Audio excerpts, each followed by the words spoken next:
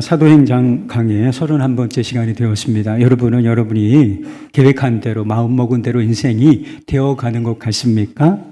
안 되시는 분들이 많죠. 그래서 인생이 왜 내 마음대로 안 되는가 이런 것을 어떤 분이 분석한 글을 써놓은 것을 보았어요. 인생이 왜 내 마음대로 되지 않는가? 그 첫 번째 이유가 안 돼, 못해주의에 빠져 있기 때문이라고 하는 것입니다. 안 된다고 생각을 하니까 생각 자체가 난 저걸 못해, 안 돼, 안 될 거야 이렇게 생각을 하고 있기 때문에 그 일이 실제로 내 뜻대로 안 된다 이런 이야기 있죠. 왜 안 된다고 생각하는 것일까? 내가 내 인생의 주인이 아니기 때문이라고 하는 것입니다. 그래서 우리가 어떻게 해야 하는가? 우리가 초점을 맞춰야 할 것은 내가 행복해야 하겠다라고 하는 의지를 가지고 내가 뜻하는 바를 이루기 위해서 필요한 기술들, 자원들 이런 것들을 잘 준비해 나가는 것이다. 훈련하는 것이다. 이런 이야기를 했습니다. 내 인생이 왜 내 마음대로 안 풀리는가? 두 번째 이유는 안 하기 때문이라는 것입니다. 안 하니까 안 되는 거래요. 내가 화가가 안 되는 이유가 무엇인가? 내가 작가가 되지 못하는 이유가 무엇인가? 내가 목표한 또 그 무엇이 되지 못하는, 내가 성공하지 못하는 이유는 무엇인가? 시도하지 않기 때문에 안 되는 거라 하는 것입니다. 결론적으로 내 인생이 내 마음대로 안 되는 것은 무엇 때문인가? 노력하지 않는 나 자신 때문이라. 그렇게 결론을 내렸습니다. 여러분은 이 이야기에 동의하십니까? 일부 동의가 되는 부분이 있어요. 게으르고 나태하고 아무 목표도 없고 계획도 없고 시도도 하지 않고 이러면 뭐가 되겠어요? 안 되는 거죠. 그래서 일부 일리가 있지만 애쓰고 노력하고 계획한 대로 뭔가 추진해도 시도해도 안 되는 경우는 너무나 많이 있습니다. 세상 사람들만 인생이 마음대로 되지 않는 게 아니에요. 예수를 믿으면 인생이 내 마음대로 잘 풀릴 것 같습니까? 여러분 그런 기대를 가지고 예수를 믿는 거예요? 그건 착각입니다. 우리가 예수를 믿지 않아요? 그러면 인생이 더 내 마음대로 안 된다. 이게 사실이에요. 왜 그런지 아세요? 우리가 그리스도인이 된다는 것은 어떤 의미가 있느냐? 내 인생의 주인이 내가 아니다. 내 인생의 주인은 따로 있어.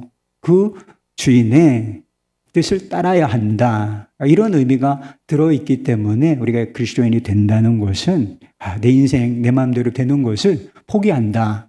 이런 의미가 사실은 들어있는 것입니다. 예수님께서 가르쳐 주신 기도에 이런 부분이 있어요. 하나님의 나라가 임하옵시며 뜻이 하늘에서 이룬 것 같이 땅에서도 이루어지이다.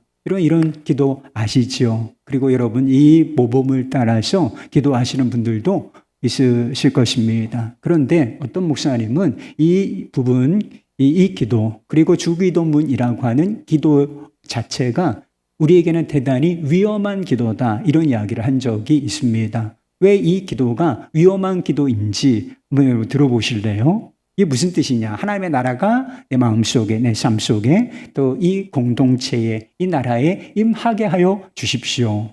뜻이 하나님의 뜻이죠. 이건 내 뜻 아니고 하나님의 뜻이 하늘에서 이룬 것 같이 땅에서도 이루어지기를 원합니다. 이게 전제가 있는 것이다. 이건 이런 고백이 포함된 것인데 이제 내 나라는 끝났습니다. 이제 내 뜻과 계획은 죽었습니다. 이런 전제가 있어야 하나님의 나라와 뜻이 이루어지도록 기도할 수가 있기 때문에 자아를 가진 존재로서는 대단히 위태로운 기도다. 자아가 끝장난 기도라는 거예요. 잠언에는 이런 말씀이 있어요. 이 말씀을 잘 이렇게 좋아하시는 분들도 있으신 것 같더라고요. 근데 진짜 좋아할 만한 말씀인지 한번 생각해 보세요. 16장 9절 말씀. 사람이 마음으로 자기의 길을 계획할지라도 그 걸음을 인도하시는 이는 여호와이시니라. 여러분 이 말씀을 믿으십니까?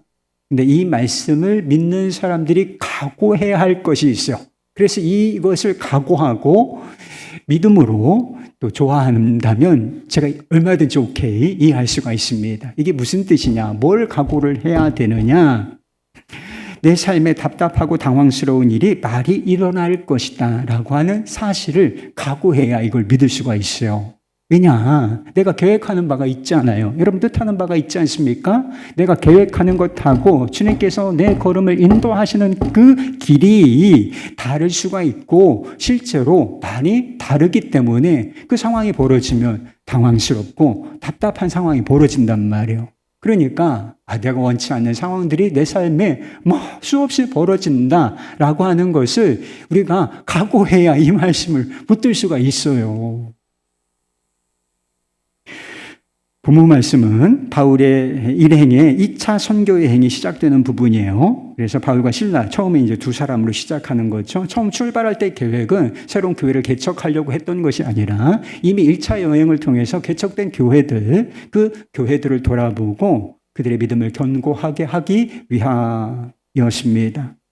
그러나 결과적으로 2차 선교 여행은 어떤 결과를 낳는가? 아시아를 넘어서 저 유럽 대륙, 그때는 유럽이라고 불리지는 않았죠.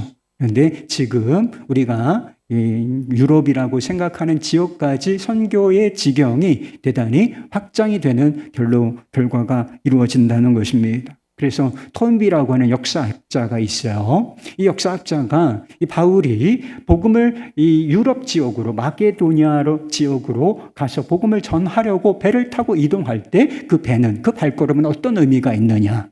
유럽의 역사를 바꾸어 놓는 걸음이었다. 이렇게 정의를 한 적이 있다는 것입니다. 그런데 이 유럽의 역사를 뒤흔든 이런 일이 어떻게 일어났는가?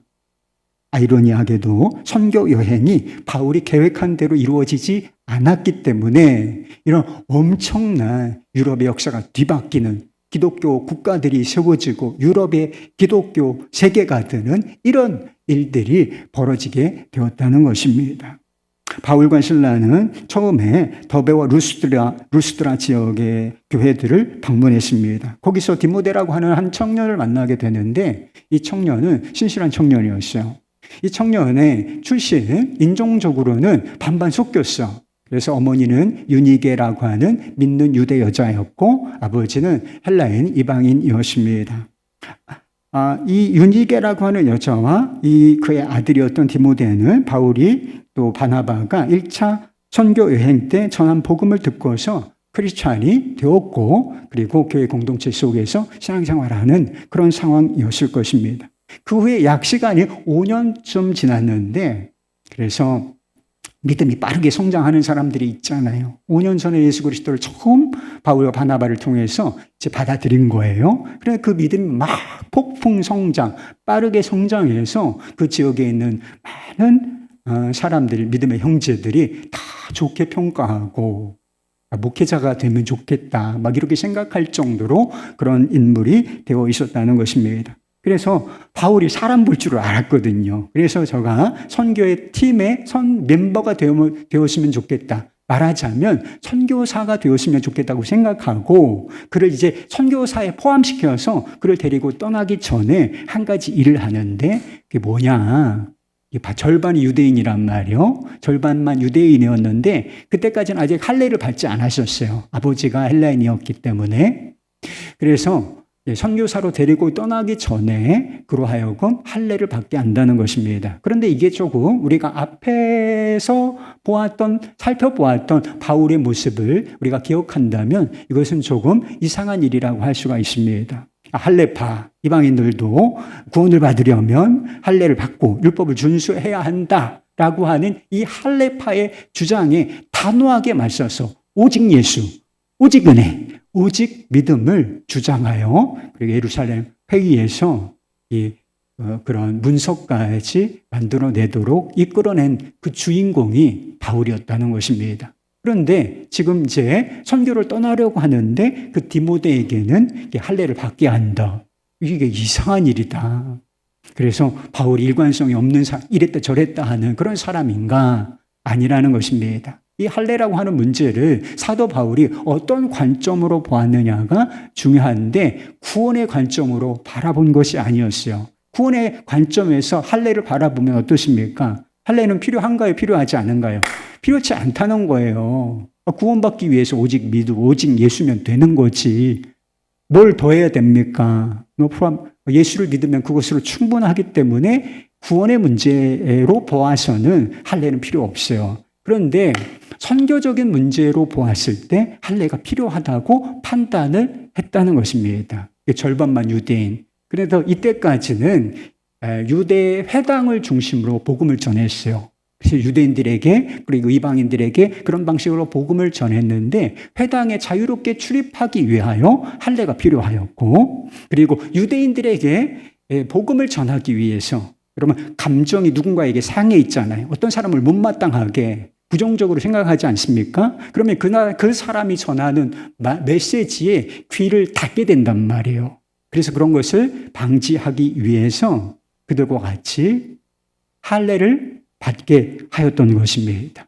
그래서 선교적 관점에서 할례를 받게 한 것이다. 그래서 고린도전서 9장에 보면 바울이 유명한 선교 원칙, 자신의 선교 원칙 하나를 밝히는데, 그거는 유대인에게는 유대인과 같이, 이방인, 율법이 없는 자에게는 율법이 없는 자와 같이 되려고 한다. 그들과 같이 그들의 문화를 존중하고 수용하고 같이됨으로 말미암아 어찌하든지 한 영혼이라도 구원하기를 원하노라. 그래서 선교 전략 차원에서 할례를 하도록 선택하였다. 얼마나 복음에 대해서 열정이 있는 사람인가요? 이제 디모데가 포함된 바울 일행은 지역 교회들을 견고하게 한 후에 아시아로 가서 이제 선교하려고 하는 계획을 세워요. 왜 이런 계획을 세웠는가? 바울이 보기에 그쪽으로 가서 복음을 전하면 이게 복음의 역사가 있겠다, 이렇게 판단을 했는데 길이 뚫려 있었어요. 지금 비시디아 안디옥, 이고니온 이런 지역에 머물고 있는데 로마 제국이 식민지를 통치하기 위해서 도로를 다 닦아놨어요.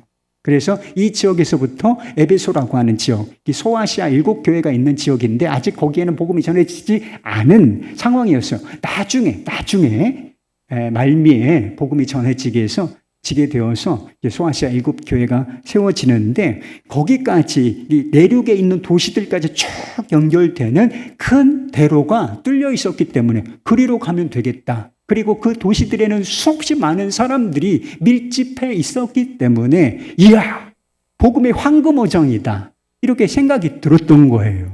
그래서 그게 최선의 길이요 최고의 길이라고 판단이 인간적으로 들었던 거예요. 그래서 그 길로 가서 복음을 전하기 원했다. 그런데요, 사도 바울이 생각하기에 최고의 그 길이었던 그 길을 누군가 막는다는 거예요.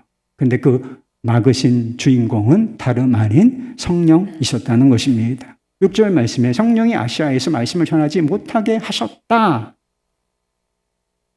그래서 그들이 부르기아와 갈라디아 땅으로 갔다는 이야기가 나오지 않습니까? 성령께서 남쪽으로 가는 길을 막으셨기 때문에 그 길을 남쪽으로 쭉 내려가서 에베소 지역으로, 아시아 지역으로 내려가는데 그게 막혔어. 그래서 그들이 계획을 수정하여 이제는 반대쪽으로, 북쪽으로 올라가려고 한다는 것입니다. 그래서 부르기아와 갈라디아 지역으로 이동을 해요. 그들은 무시아에서 이제 남쪽 해안에 있는 비두니아 지역으로 들어가려고 하는데 문제는 무엇이냐? 거기에도 계획을 방해하는 요소가 있는 거라. 근데 다름 아닌 예수의 영, 곧 성령께서 그들의 길을 막으셨다 하는 것입니다. 누가가 이 사도행전을 기록했는데 어떤 방식으로 성령께서 그들의 선교의 길을 막으셨는지 자세히 설명하지 않아요. 그래서 이런 아주 디테일하게 설명하면 사도행전은 이만큼 분량이 될 것이기 때문에 아주 축약적으로 간단하게 써졌기 때문에 이런 것들을 설명을 안 한 것입니다. 근데 예측은 해볼 수가 있어요. 우리가 선교사들이 지금 하나, 둘, 셋, 나중에 누가까지 포함이 돼요. 그래서 우리라고 표현을 합니다. 누가가. 우리. 자기가 그 선교팀의 일행이 되었으니까 이제 우리라고 표현을 하게 되는데, 선교팀 일행에 주님께서 성령의 감동을, 일치하는 감동을 주셨을 수도 있고, 그래서 그 길이 아닌 모양입니다. 이런 감동이 주님께서 주시는데요. 이렇게 우리보다 훨씬 민감한 사람들이었기 때문에 그런 내적 일치라고 하는 감동을 받았을 수도 있고, 또 질병이나 박해나 또 법적으로 또 그들의 전도를 길을 막는 어떤 조치들이 있었을 수도 있어요. 지금 이슬람 국가에 가면 복음 전도가 불법입니다. 종교 경찰들에게 잡혀가요. 그래서 이런 다 이렇게 이해할 수 없는 일이지만 하여튼 막혔다는 거예요. 이런 내적 또는 외적 요인에 의해서 그 길이 막혔다라고 하는 것입니다.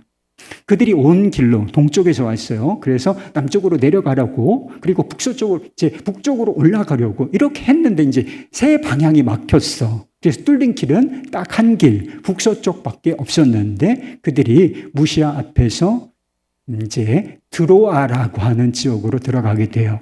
근데 드로아가 어떤 곳이냐? 이제 막다른 골목에 이제 몰려간 거예요. 다 막혔기 때문에 갈 수 있는 길은, 선택지는 거기밖에 없었기 때문에 드로아라고 하는 해안 도시에 이제 이르게 되는데 거기는 땅끝이었어요. 땅끝, 이제 바다와 전면에 있는, 그리고 저 멀리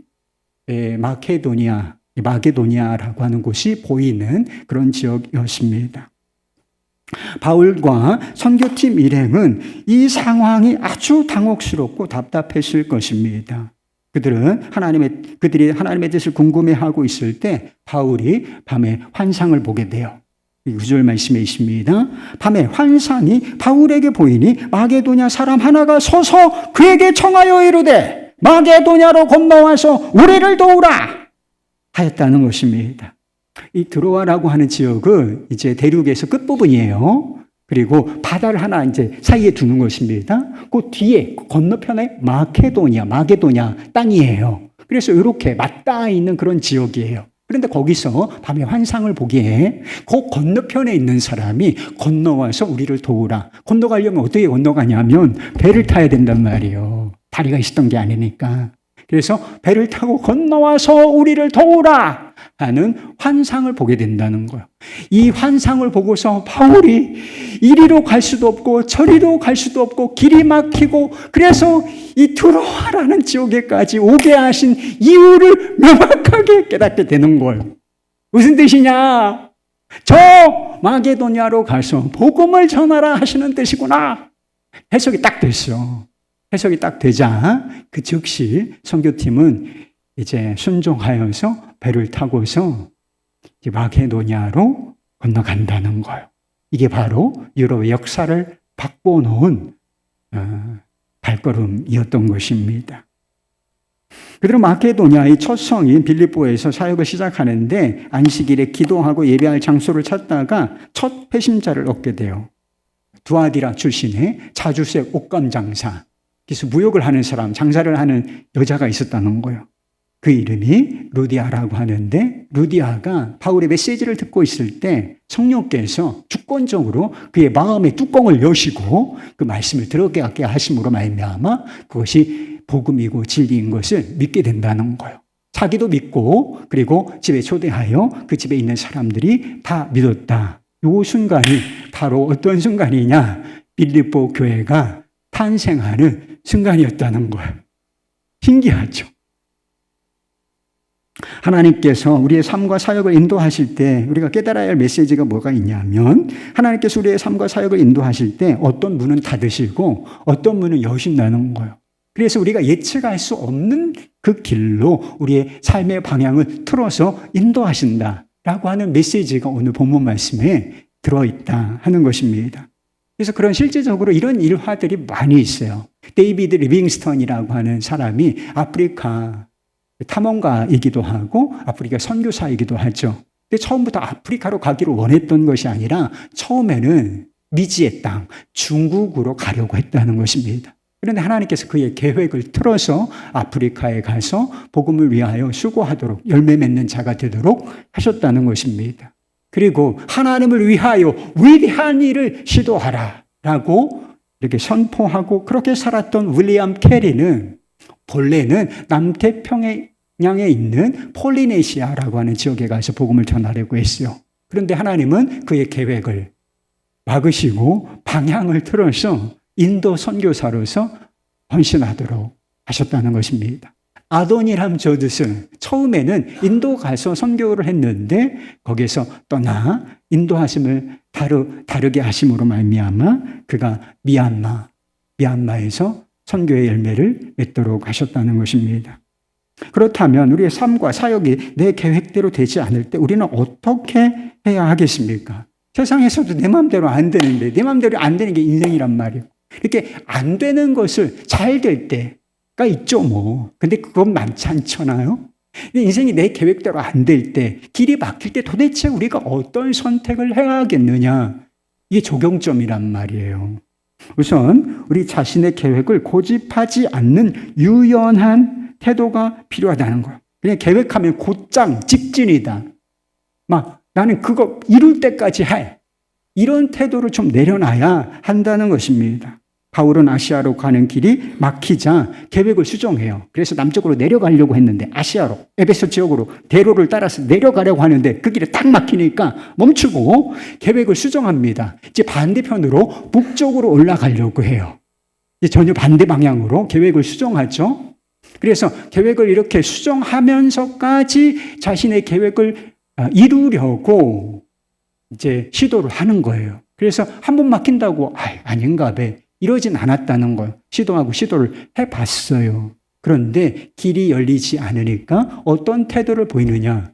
이를 가면서 어디 가야지. 이러지 않고 하나님의 뜻이 아닌가 보다. 이렇게 생각하고서 이거는 하나님께서 길을 막으시는 것이다. 이렇게 결론을 내린다 하는 것입니다.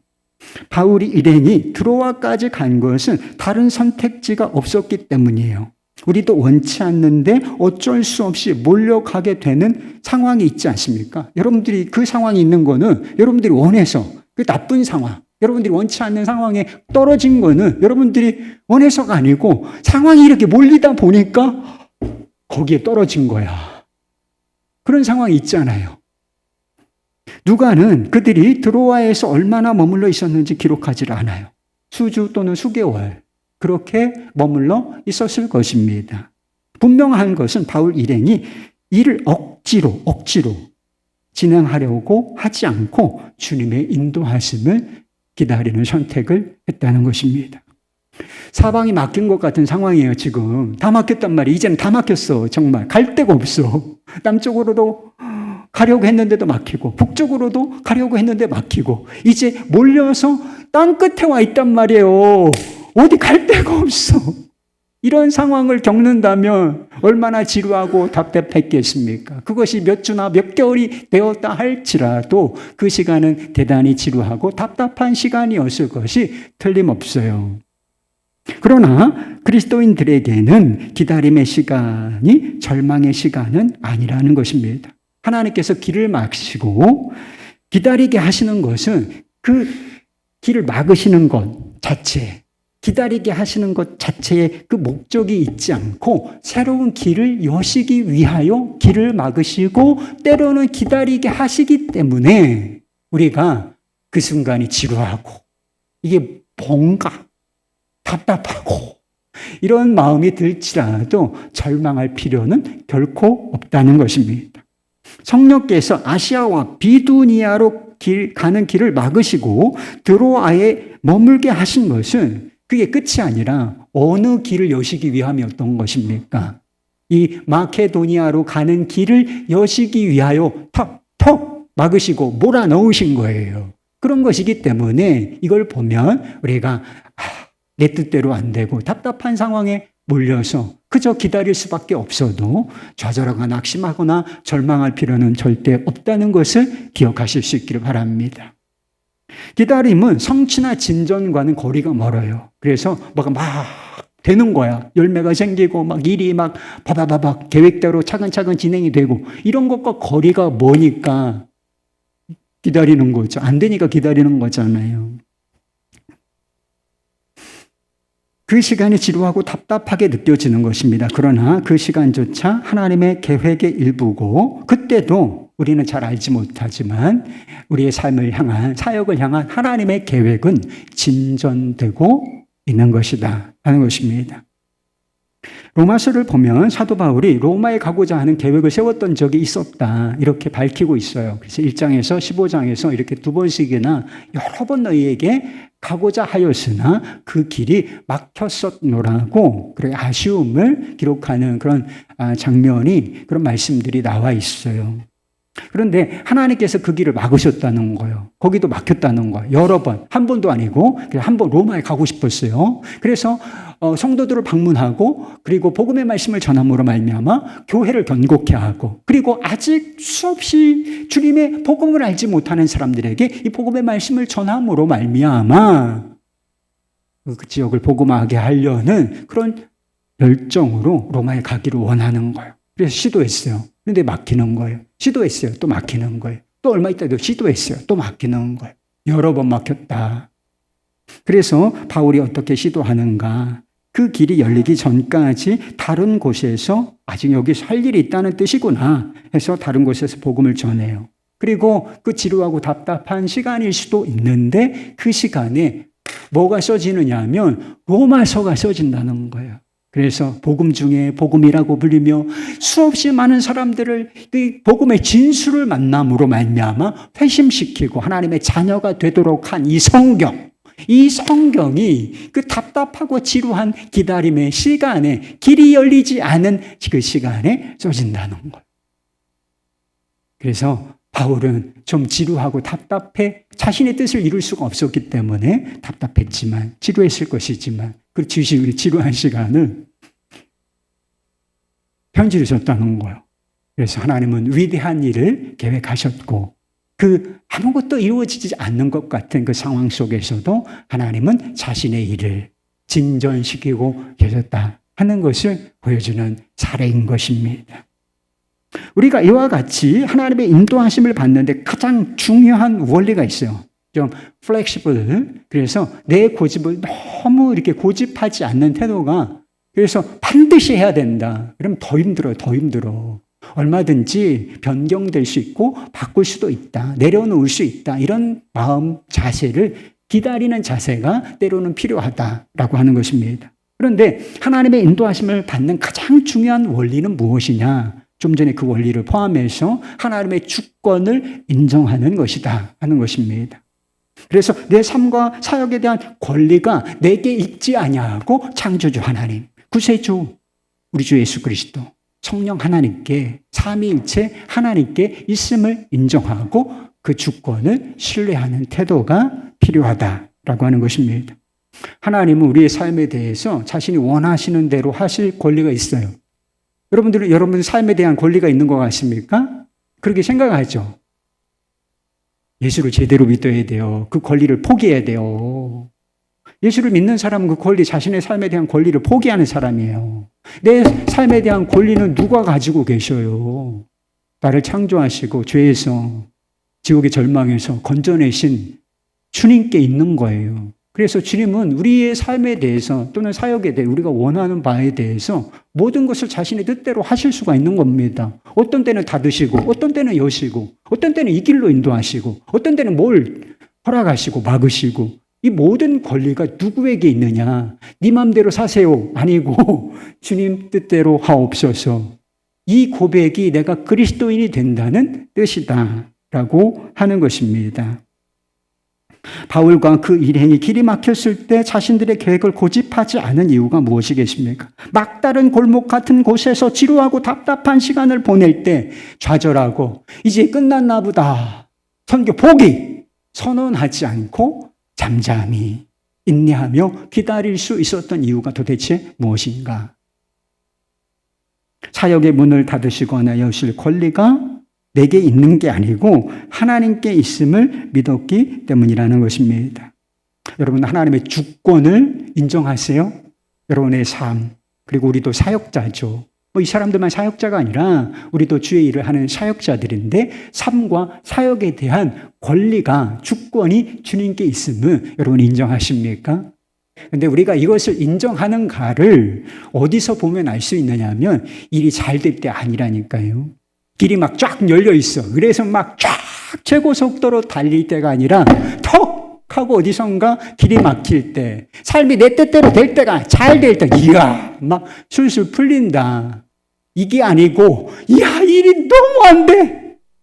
내 뜻대로 되는 거 하나도 없어. 그리고 막 절망과 나락으로 떨어지고 그래서 꼼짝달싹할 수 없는 그 순간에 떨어져 봐야 그 순간에 하나님의 주권을 인정합니다. 이게 그 고백이 실제인가는 거기서 분별이 되는 거예요.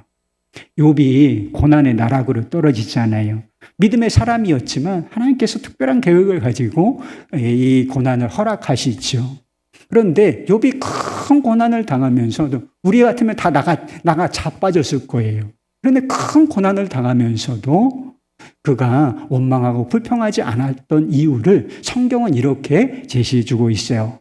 욥 자신의 고백인데 욥기 1장 23절 말씀, 내가 모태에서 알몸으로 나와 싸운즉 또한 알몸이 그리로 돌아가 올지라 주신 이도 여호와이시요 거두신 이도 여호와이시오니 여호와 이름이 찬송을 받으실지니이다.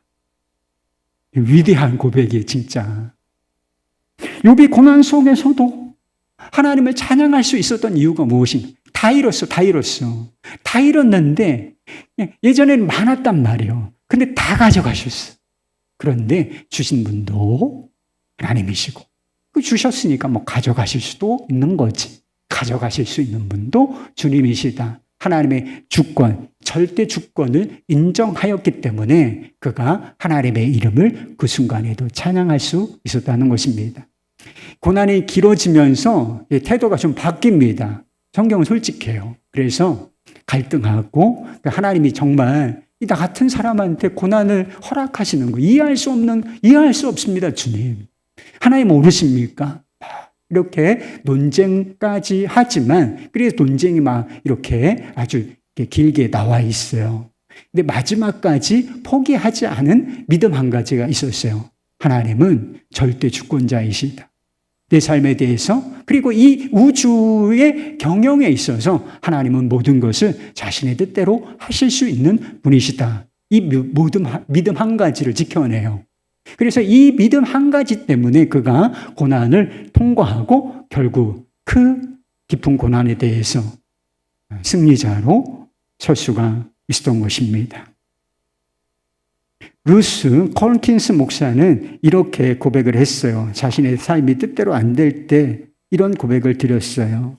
주여, 날마다 맞다라고 대답해 주시는 당신께 감사를 드렸습니다. 그런데 안 된다라고 대답해 주셨을 때 제가 진심으로 주님께 감사드린 것이 언제였습니까? 하지만 주님은 끝까지 안 된다고 대답해 주실 만큼 아주 지혜로운 분이셨습니다. 만약에 그렇지 않았더라면 지금쯤 제 삶 위에 높이 쌓여 있을 각종 오물과 얼룩들은 생각만 해도 몸소리 납니다. 주님의 인도하심을 신뢰합니다. 주님은 제 마음대로 안 돼서 감사해요. 주님 그렇게 해주셔서 너무 감사합니다. 이런 고백을 한 거죠.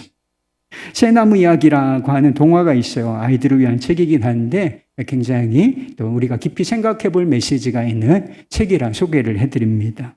그 책에는 올리브나무와 떡갈나무와 그리고 소나무의 원대한 꿈에 대한 이야기가 나와요. 여러분도 꿈꾸고 계획하시는 거 있죠? 그래서 이 올리브나무는 어떤 꿈을 가지고 있느냐, 나중에 내가 수명을 다해서 내가 뭐 어떻게 변했으면 좋겠냐, 가장 존귀한 보석을 담는 그런 화려하고 아름다운 그런 보석함이 되고 싶다라고 하는 꿈을 꾸었고, 떡갈나무는 어떤 꿈을 꾸었느냐, 왕을 배우게 태우고 다니는 바다를 항해하는 멋진 배, 큰 배의 일부가 되고 싶다는 꿈을 꾸었습니다. 그리고 소나무는 높은 곳에 심어져 있었는데 어떤 꿈을 꾸었느냐, 그래서 이 높은 곳에서 자태를 드러냄으로 말미암아 하나님의 이 창조의 위대한 섭리를 세상 가운데 나타내 보여주는 삶을 살고 싶다, 이런 꿈을 꾸었다는 거예요. 그런데요, 이 세 나무의 꿈은 모두 다 좌절되고 말았습니다. 올리브 나무는 보석 상자 대신에 짐승의 먹이를 담는 구유가 되었고, 떡갈나무는 왕을 태우는 거대한 배의 일부가 되는 대신 초라한 낚싯배가 되었다는 것입니다. 그리고 소나무는 번개를 맞아가지고 쓰레기처럼 쓰레기 더미에 버려지게 되는 일이 일어났다라고 하는 것입니다. 새 나무는 자신의 꿈이 좌절되었다는 사실에 크게 실망했어요. 그런데 시간이 지나서 어떤 일이 일어났는가?